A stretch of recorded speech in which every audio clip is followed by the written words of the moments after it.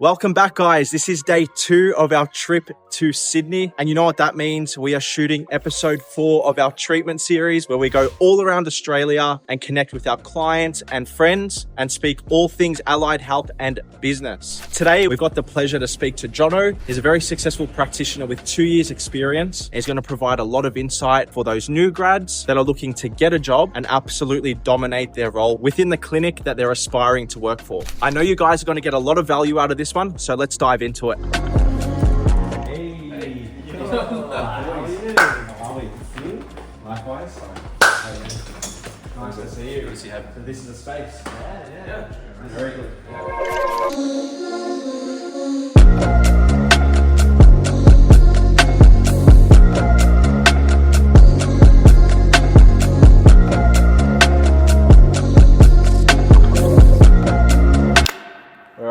Let's go. Jono, a little bit of a different one today. Yeah. A little bit different to the, head in the treatment table side of episode. But yeah, do you want to explain to the audience sort of the treatment plan that you're going to be walking us through, just to give them a little bit of an overview on the way that we're going to run this session today? Yeah, so essentially, because I deal with a lot of sporting populations and athletes, essentially I'm going to give you a bit of an assessment and exercises that I think would be a great adjunct to you with your performance or playing sports. This isn't really your conventional stuff, but imagine it's kind of like a side dish that will greatly emphasize the main dish or whatnot. Yeah. Okay. Yeah. Cool. Awesome.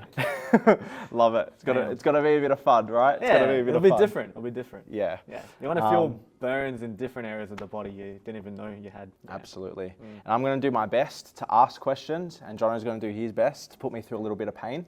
But yeah, we're going to find out a lot about Jono. The purpose for this episode, Jono is an established practitioner. He's been a practitioner for 2 years now. Yeah. Right.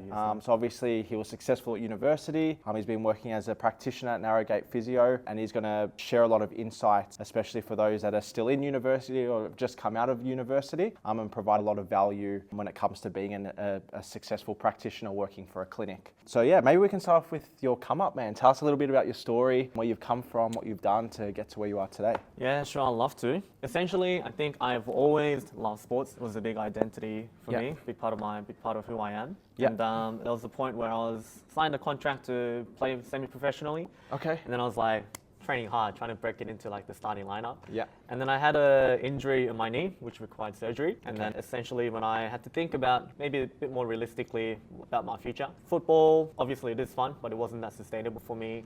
So I was thinking, what can I do in the future? And put 2 and 2 together. I was like, I would love to help people out. I would love an active job that's, related to sports, which I've done for my whole life. And physio just seemed natural for me. And then that's essentially what brought me here. Unreal. Yeah. So good. So did you have any passion growing up specifically or was it more sport focused, and that's sort of how you segued? I think because my father is a doctor as well, generally I had this lot of exposure to healthcare. Yeah. And I think the perks of being able to help people that are in pain and improve their quality of life, I think that was something that I really looked up to when I was a kid. Yeah. And I think that naturally just kind of flowed onto me as well. Yeah. So yeah, a little bit. Unreal. Awesome. But and then in terms of university, where did you study? Yeah, so as I think I told you, but all I did was play soccer my whole life, so I was never really good at studying. Okay. My ATAR wasn't enough to be able to get straight into physio, but what I did, so I try to be a bit smart. So I played around my strong points. So I picked sports and exercise science in Western Sydney University. I tried to study pretty hard. At least it was a content or course that I enjoyed because it's sports and exercise. Pretty good grades, and then transitioned to Newcastle University Physio. And then just finished the bachelor's program and went straight into the workforce. Yeah, unreal.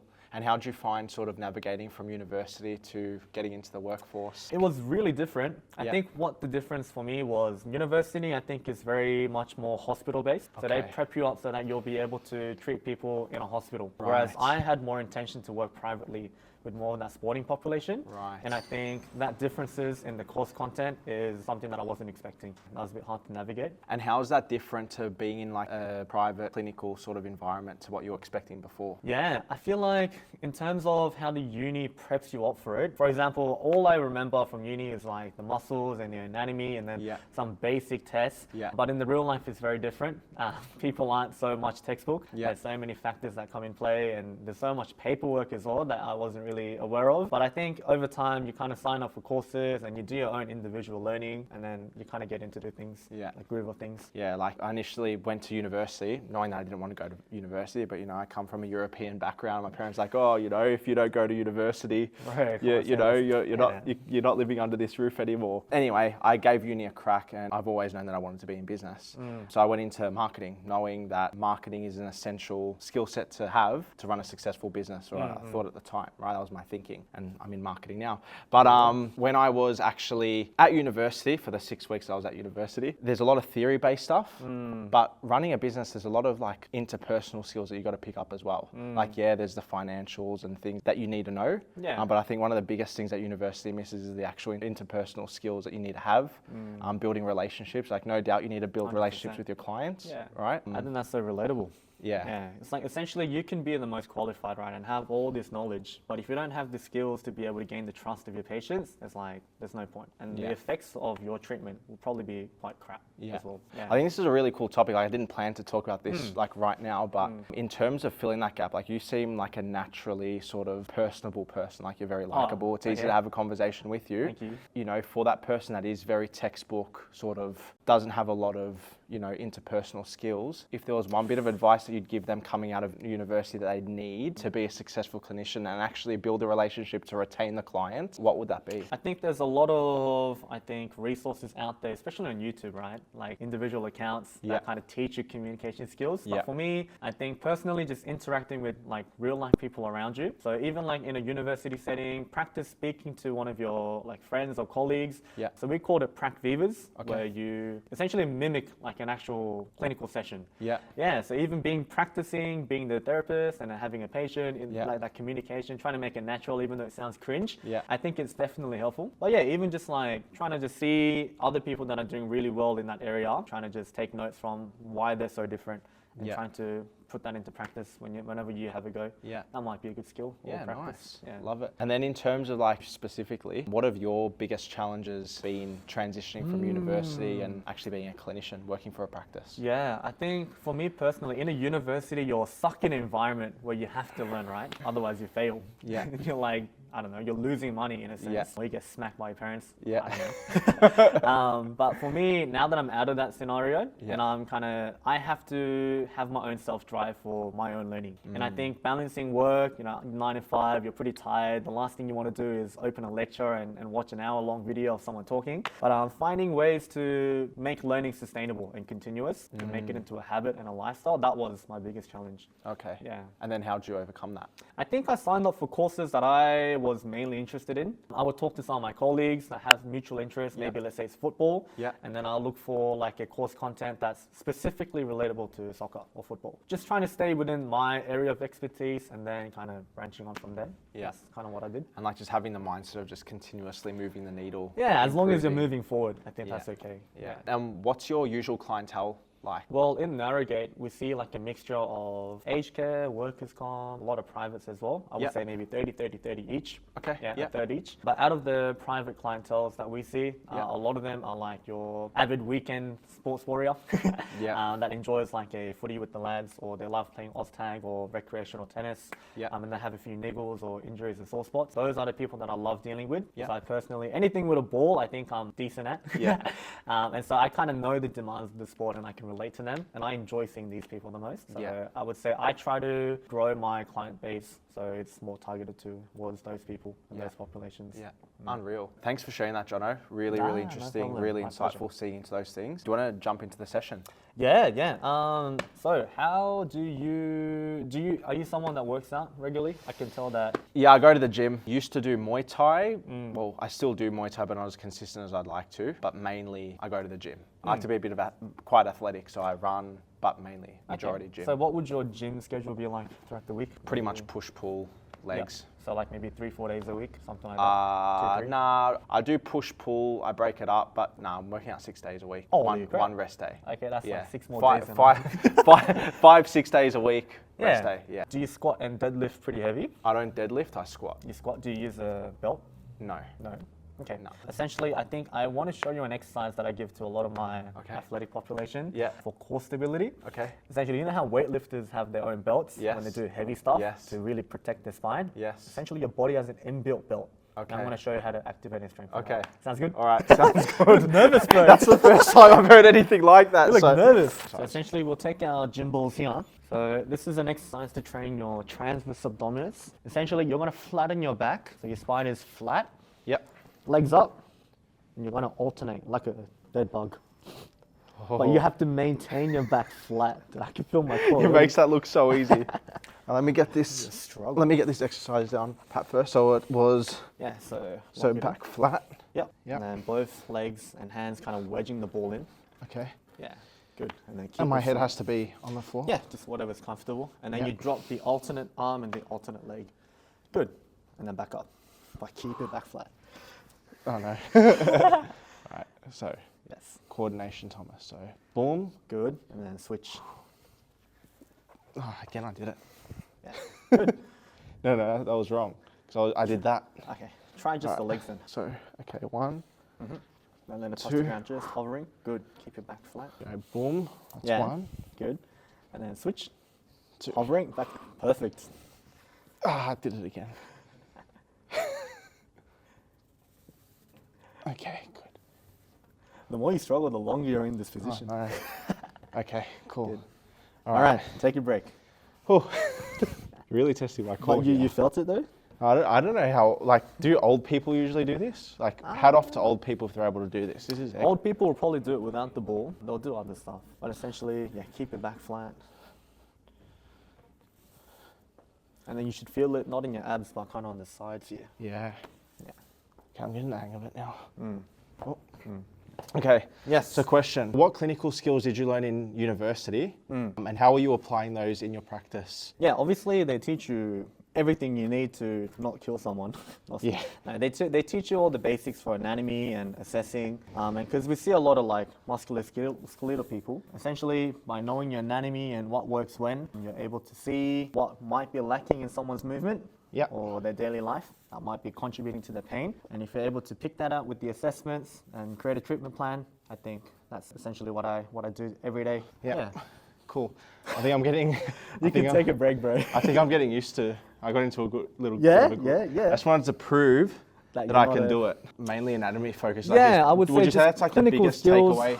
For me, I would say anatomy is the biggest takeaway. But also, so we have things called orthopedic tests. Okay. So you have special tests to kind of rule in or rule out like a specific diagnosis. Okay. Yeah, and those things are quite handy. Okay. Yeah, because then you could really pinpoint what the issue is, and then from there it's pretty straightforward how to treat someone. So would that process be more of a process of elimination? Yeah, pretty much. Like I've got a patient with hip pain. If they're experiencing this, and this, there's a good chance that it's targeted to this area. Yeah, and something that I would really like to encourage, I guess, upcoming professionals in this line of work is me by talking to you. Yep. Like before I even put my hands on and look how you move, I should have a good estimate on like what I think the diagnosis is. So we call it a subjective history, right? Yep. So by me asking the right questions, I Yep. should be able to already have a few diagnoses in my head, and it's just like you said, a process of elimination and kind of confirming your hypothesis with the Yeah. test, and that's when all the stuff you learn in uni kicks in. Makes sense. Yeah. That's cool. Rip into the next exercise. Let's go. Let's do it. That's good. All right, next one. Essentially, from here, we want to train our knee stability and our Okay. core as well. Essentially, when we're squatting, we don't want our knees to collapse in because that can cause injuries, right? Yeah. So we are training ourselves how to keep our knee in line with our hips and our Yeah. feet, and then maintain a nice, stable, upright posture. Okay. So that's all I need to That's do. all you need to do. Seems Really? simple. Okay. Yeah, and you should, if you're doing it correctly, you should feel it in your hips here. Okay. Yeah. All right. Doesn't seem that hard. So have it just kind of, just stand up nice and tall. Yeah, no need to lean into it. You get a little bit lower, and then just lift that leg up and then push out. Yeah, perfect. Like that. And just hold it. Yeah, You're being nice to me. And then you feel that. A little bit, yeah. Yeah. All right, easy. Easy. All right, So what did university fail to teach you as a practitioner? Essentially, I think I wasn't expecting the amount of paperwork that's involved with physio. If you work in private health, you'll be seeing a lot of workers' comp, a lot of CTP or insurance cases. And I don't think uni really set me up for that. So I think it took some time to get around the system, like the healthcare system with the insurances. That was a bit tricky. Yeah, and a lot of the report writing that comes with it. Yeah, that was the thing I wasn't expecting. Yeah. So how would you get on top of that? Like, how would you fill that gap and actually learn these things? I think the best way to get over it is being able to connect with those people that have been working in that field to learn off them. I would say that would probably be a best bet. It's a bit hard to just read through the internet or the website and learn for yourself. Yeah. Because sometimes you want someone to have or to ask questions straight away as opposed to just you researching and doing that yourself. So having someone in your contacts that's experienced in working in workers' comp or CTP, that would be the best. Yeah. Cool. And then what happens if you didn't have a contact? You can call me. Call Jono. Yeah. Pretty much. Okay. All right, Jono, do you want to go to the Should we just next set up a exercise? squat? Yeah, sounds good. I'll just sit the racks.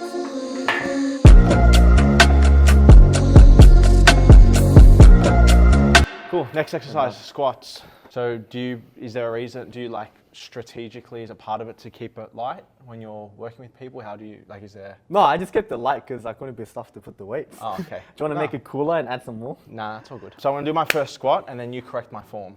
Sounds good. All right.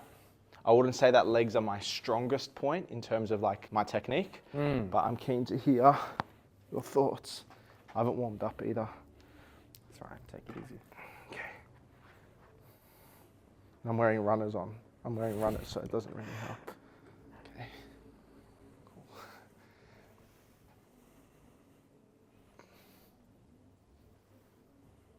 Did you have an injury on your left leg before? Well, it's funny that you say that because I reckon I noticed it about 2 weeks ago in my left here. That's probably not the smartest thing to do. Yeah, left hip. Put this back. Lol. Oh, do you have it? Horrible. I don't know why. I thought it was a good idea. Created a new client. My left here. Yeah. There. Could you see that? Yeah. Really? Yeah, bro. There you go. Yeah. Job. So yeah, bro, it's my job. Yeah. But yeah, literally in here, I don't know what it is, but I felt that. So when I go down, about here, and I'm going to lift back up, in there I feel. Did you feel like a bit of a pull or a bit of tension? Yeah. Yeah, I think what can happen is, let's say, I'm not sure if you had an injury or not, but I think you're kind of avoiding shifting weight onto that left leg. Okay. So you have a little bit of a hip shift to your right. And so you don't actually put weight on that left leg. Because if you do, you're really using your groins. Yes. So for you, if you were to come see me, I would give you some exercises to strengthen that groin and correct your squat. Okay. Yeah, because right now you can still squat in that, but it's not actually symmetrical. You're not really loading that left side. Yeah. And then over in the future, it can create complications because you're not loading it properly. You're going to favor weight on your right, and that could cause issues on the right side. Yeah. Yeah. There you so go. I reckon your groin might be a bit weak. Yeah. And we could test it. Yeah. Well, there you go. Testament. You're good at what you do. But as an extension to that, what are your strengths as a clinician? Like, what do you like treating? What type of patient do you like seeing? Yeah, I think we touched base on it before, but being for someone that's been involved with a lot of sports in my life, I think I know the demands of the sport and essentially what you're going through. Yeah. Having my own fair share of injuries as well. Yeah. Kind of know the whole process. So in terms of being understanding in your, I guess seeing things in your shoes, I'm a lot more relatable, but also know the solutions to how to recover. Because right now I'm playing soccer, I'm playing tennis, I'm playing tag, I'm playing squash, sometimes volleyball, and I'm doing everything that I want to be doing. Yeah. And I'm sure you guys too, especially with those dealing with injuries. And my best strength would be to be able to essentially assess what's wrong and help you recover. Do what you just did there. Yeah, exactly. And then do what you love to do. Yeah, that's essentially it. My best Beautiful. strengths. Unreal. Moving to the next exercise? Oh, sure, if you're ready. Yeah, let's go. Let's go into the next one. Cool. So next exercise, what are we doing? Yeah, because we kind of identified that your groin might be a bit weak after the squats. Yeah. So this one is going to be called Copenhagen's. Okay. So a lot of footballers, actually I prescribe this exercise to really bulletproof their groins. You're going to keep your knee and shin kind of along the bench. Yeah. And then you're going to pull yourself up so you're parallel with the ground.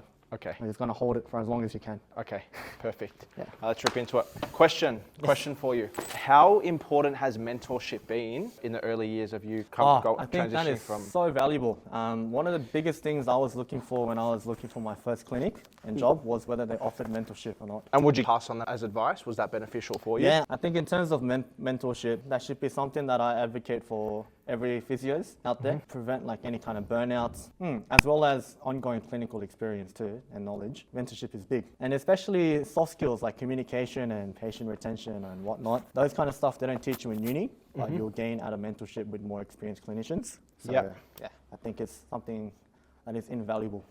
Yeah.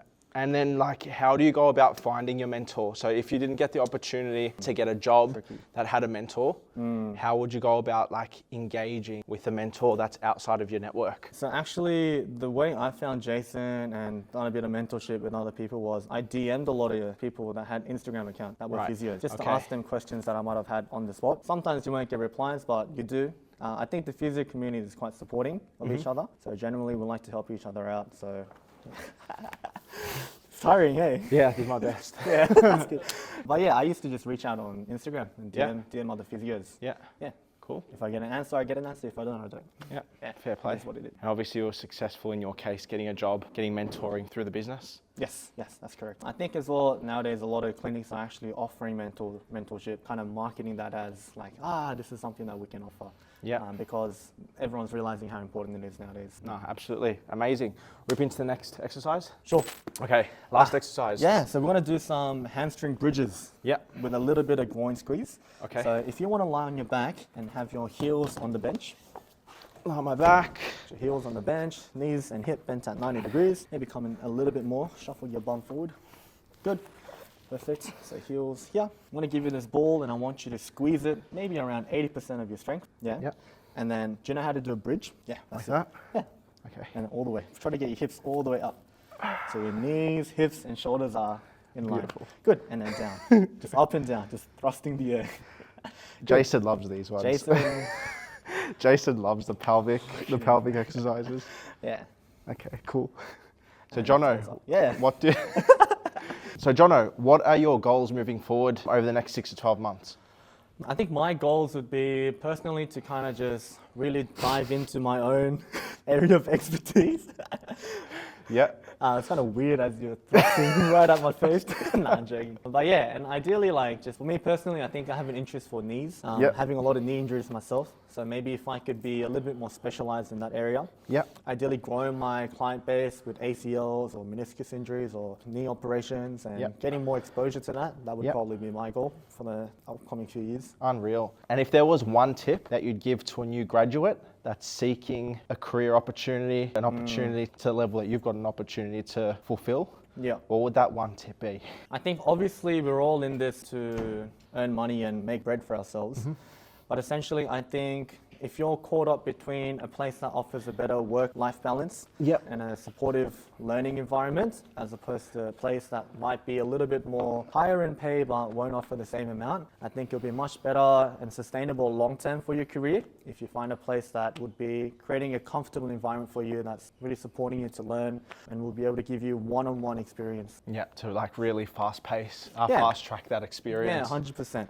And I think also if the threshold to enter a company is quite low and you see that there's a lot of turnover in that company, especially of physios, that's a little bit of a red flag that I might ask you guys to avoid or flag for you guys to avoid. Yeah. Generally not the best signs. Yeah. No, makes sense. Jono, you're an absolute gentleman, man. No worries. Pleasure. That was really insightful, really good. And I look forward to working with you for as long as you're working with Narrow Gate Physio. Yeah, same here, bro. It's been a pleasure working with you. Built a great relationship. It was great catching up and meeting each other in person finally. Yeah, for sure. I guess from my end, hopefully next time I see you, your squat form would be better. Be better. Strengthen that groin. Yeah. Yeah. But yeah, we're good. Thanks so much, man. Legend. All right, guys, we are at the end of the episode. If you made it this far, I'm sure you got an immense amount of value out of this episode and related to the content. If you have any questions, feel free to contact us directly on our social media platforms. And if you would like to discover how Metaflx can help your business, click the link in the description of the video and select a date that fits your schedule best. Feel free to like and subscribe, and we'll see you on the next episode.